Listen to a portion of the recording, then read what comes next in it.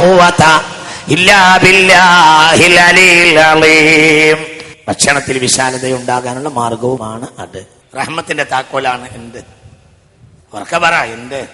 ബിസ്മില്ലാഹിർ റഹ്മാനിർ റഹീം. വല്ലാത്തൊരു സംഗതി. ഭക്ഷണത്തിൽ ബറക്കത്തുണ്ടാവും. അടുപ്പിലേക്ക് പാത്രം കയറ്റി വെക്കുമ്പോൾ പെണ്ണ് എന്ത് പറയണം? ബിസ്മില്ലാ. അത് കഴിക്കുന്ന ഒരു കീമ ഉണ്ടാവും. കാരണം മനസ്സിലായില്ലേ? അതൊക്കെ നഷ്ടപ്പെട്ടില്ലേ? ഞാൻ ഈ ഗുണം എൻ്റെ അമ്മയിൽ നിന്ന് പഠിച്ചതാണ്. ഒരു ബിസ്മി ചെല്ലാത്ത ഒരു സംഭവം ഒരു സെക്കൻഡ് ഉമ്മാക്ക് ഉണ്ടാവില്ല. അള്ളാഹു അവർക്ക് പുറത്തു കൊടുക്കട്ടെ. ഒരുവരുമല്ല പാവങ്ങൾ. പക്ഷേ അവർക്ക് അള്ളാഹു തന്റെ ദീനിന്റെ അദബുകൾ അള്ളാഹു അവർക്ക് അറിയിച്ചു. സ്വാലിഹീങ്ങളായ മുൻഗാമികളിൽ നിന്ന് അദബ് അവർക്ക് ലഭിച്ചു. ആ അദബ് കൊണ്ട് അവർ നിലനിൽക്കുക. മനസ്സിലായില്ലേ? അടുപ്പിലേക്ക് പാത്രം കയറ്റുന്ന നേരത്തെ പെണ്ണ് പറയണം ബിസ്മില്ലാഹിർ റഹ്മാനിർ റഹീം. അതിൽ തവി കിട്ടുന്ന നേരത്ത്, അത് ഇറക്കി വെക്കണ നേരത്ത്, അത് വിളമ്പുന്ന നേരത്ത്, കൊടുക്കുന്ന നേരത്ത്. നീ വിളക്ക് കെടുത്തണമെങ്കിൽ ബിസ്മി ചൊല്ലണമെന്ന് ഹബീബായ നബി. ഒക്കെ പറ, എന്റെ കൂടെ വിളക്ക് കെടുത്തണമെങ്കിൽ എന്ത് പറയണം? ഒരു പാത്രം മൂടി വെക്കണമെങ്കിൽ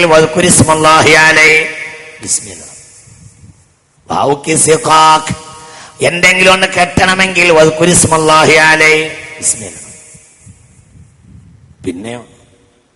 പിന്നെയോ ഓരോന്നിനും ഓരോ കാര്യത്തിനും ബിസ്മി ചെല്ലണം. ബിസ്മി അല്ലാത്തൊരു കാര്യം ഉണ്ടാവാൻ പാടില്ല മുഅ്മിനിന്റെ ജീവിതത്തിൽ. റഹ്മത്തുണ്ടാവും.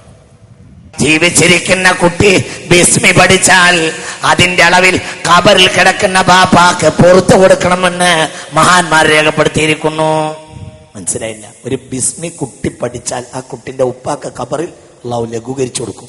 അള്ളാഹു തൗഫീഖ് ചെയ്യട്ടെ.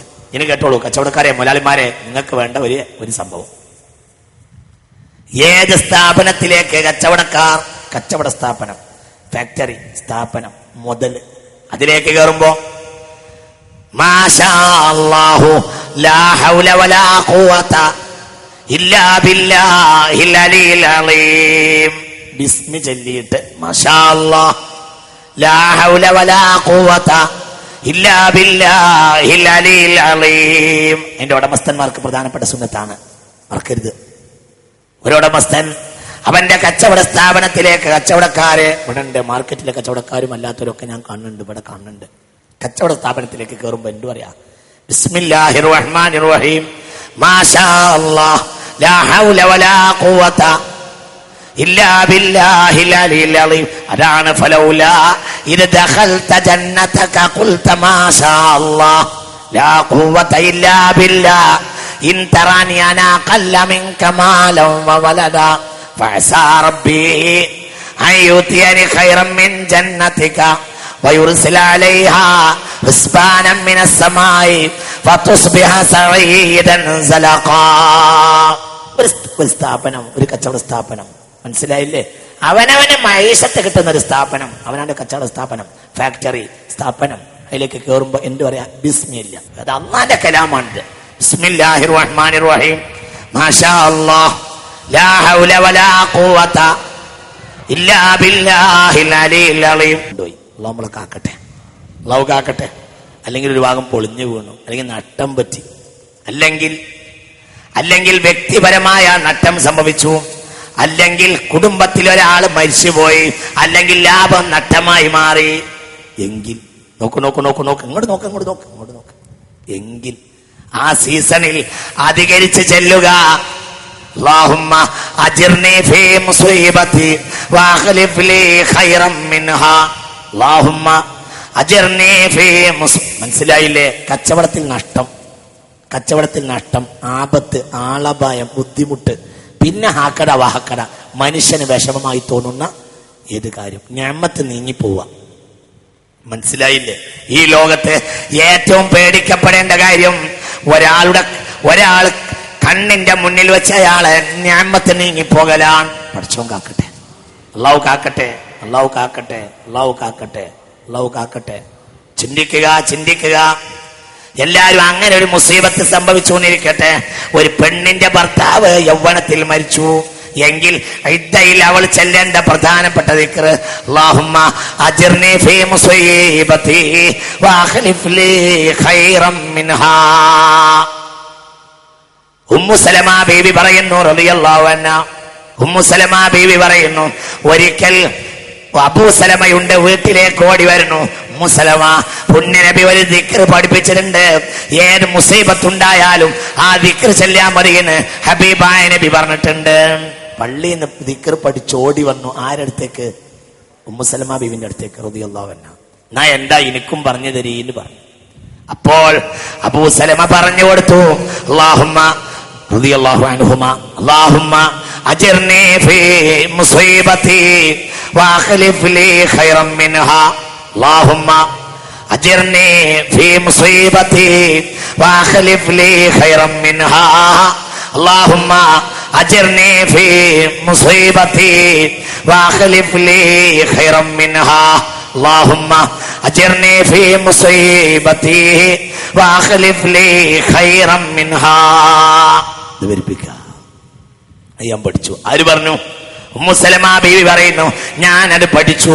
പക്ഷേ ദിവസങ്ങൾ കഴിഞ്ഞില്ല, എന്റെ ജീവിതത്തിന്റെ പൊൻഭാജനമായ, എന്റെ ഹൃദയത്തിന്റെ കഷ്ണമായ അബൂ സലമ തന്നെ മരിച്ചുപോയി. മനസ്സിലായില്ലേ പറഞ്ഞത്? എനിക്ക് ഈ ദിക്ർ പഠിപ്പിച്ചു അബൂ സലമ. ഏതാ ദിക്ർ? അല്ലാഹുമ്മ ഏത് ആപത്തുണ്ടായാലും ഇത് ചെല്ലിയാല് മുമ്പത്തേക്കാൾ നല്ല അവസ്ഥയിലേക്ക് അള്ളാഹു മടക്കി തരുമെന്ന് പറഞ്ഞു. ആ ദിക്ർ എന്നെ പഠിപ്പിച്ചു. ദിവസങ്ങൾ കഴിഞ്ഞപ്പോ ഈ ദിക്ർ നബിയുടെ അടുത്തുനിന്ന് പഠിച്ചിട്ട് ഇന്ന വന്ന് പഠിപ്പിച്ച എന്റെ ഭർത്താവ് മരിച്ചു.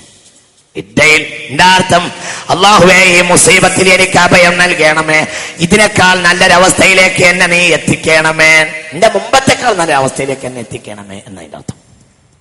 ഞാൻ ഇദ്ദയിലെ ദിക്ർ ചൊല്ലി, പക്ഷേ ചെല്ലിയപ്പോഴും എന്റെ മനസ്സിൽ മയ്യകൂനുലി ഖൈറമിൻ അബീ സലമ, മയ്യകൂനുലി ഖൈറമിൻ അബീ സലമ. അബൂ സലമയെക്കാളും നല്ലൊരു പുതിയാപ്പള എനിക്ക് എവിടുന്ന് കിട്ടാനാണ് ഈ വയസ്സത്തേക്ക് എന്ന് ഞാൻ ചിന്തിച്ചു. ദിക്ർ അങ്ങനെ ചെല്ലി, അല്ലാഹുവേ മുമ്പത്തേക്കാൾ നല്ലൊരവസ്ഥയിലേക്ക് എന്നെ എത്തിക്കണേന്ന് അള്ളാന്റെ കൽപ്പനയോട് ഞാൻ അങ്ങനെ പറഞ്ഞു. പക്ഷെ എനിക്കതിൽ എന്തില്ല. ഞാൻ ചിന്തിച്ചു, പഠിച്ചോനെ എനിക്കിനി അബൂ സലമയെക്കാളും നല്ലൊരാളെ ഇനി എവിടുന്ന് കിട്ടും. എന്നാൽ ഫലമ്മൻ ഖലത ഇദ്ദതി ഖതബനി റസൂലുള്ളാഹി സ്വല്ലല്ലാഹു സലാമുല്ലാഹ്. എന്റെ ഇദ്ദ കഴിയുന്ന ദിവസം എന്റെ വീട്ടിലേക്ക് ആള് വന്നു. എന്നിട്ട് പറഞ്ഞു, ഉമ്മു സലമ, നിങ്ങളെ കല്യാണം കഴിക്കാൻ ഹബീബായ നബിക്ക് താല്പര്യമുണ്ട്. മുസ്തഫ നബി എന്നെ കല്യാണം കഴിച്ചു. ആരാ? ഹബീബായ നബി.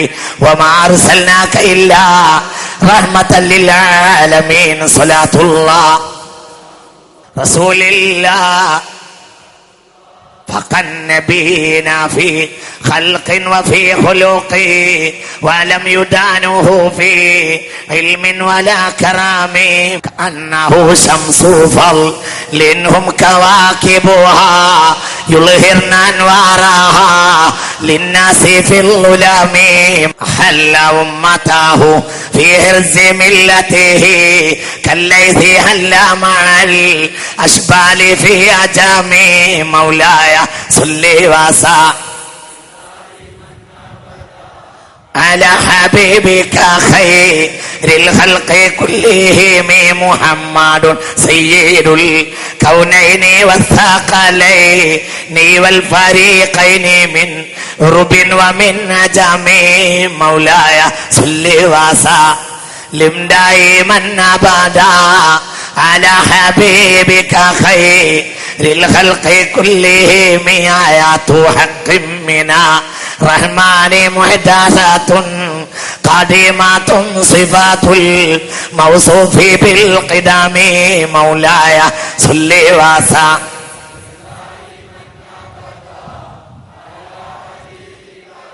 لم تقترن بزمان وهي تخبرنا عن المعاد والعهد والنرام مولاي صل وسلم دائما أبدا على حبيبك خير الخلق كلهم.